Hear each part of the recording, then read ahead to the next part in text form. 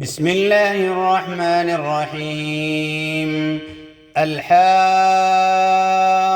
ما الحاقة وما أدراك ما الحاقة. كذبت ثمود وعاد بالقارعة فأما ثمود فأهلكوا بالطاغية وأما عاد فأهلكوا بريح صرصر عاتية سخرها عليهم 7 ليال و8 أيام حسوما فترى القوم فيها صرعا كأنهم أعجاز نخل خاوية فهل ترى لهم من باقية. وجاء فرعون ومن قبله والمؤتفكات بالخاطئة فعصوا رسول ربهم فأخذهم أخذة رابية. إنا لما طغى الماء حملناكم في الجارية لنجعلها لكم تذكرة وتعيها أذن واعية.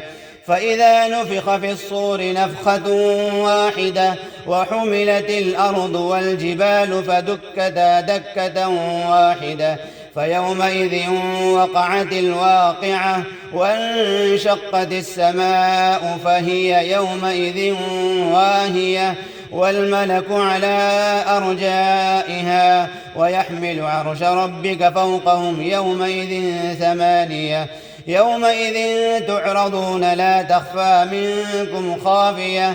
فأما من أوتي كتابه بيمينه فيقول هاؤم اقرءوا كتابيه إني ظننت أني ملاق حسابيه فهو في عيشة راضية في جنة عالية قطوفها دانية كلوا واشربوا هنيئا بما أسلفتم في الأيام الخالية.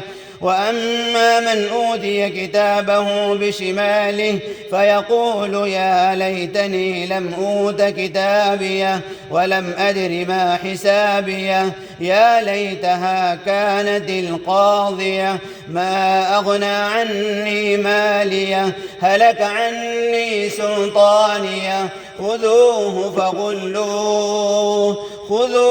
فغلوه ثم الجحيم صلوه ثم في سلسلة ذرعها 70 ذراعا فاسلكوه إنه كان لا يؤمن بالله العظيم ولا يحض على طعام المسكين فليس له اليوم هاهنا حميم ولا طعام إلا من غسلين لا يأكله إلا الخاطئون.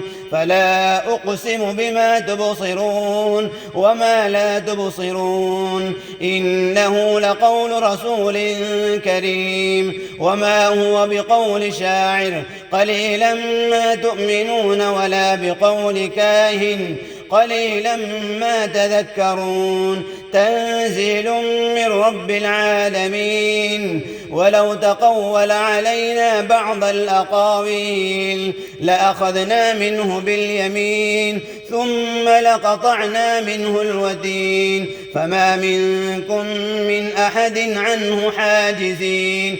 وإنه لتذكرة للمتقين وإنا لنعلم أن منكم مكذبين وإنه لحسرة على الكافرين وإنه لحق اليقين.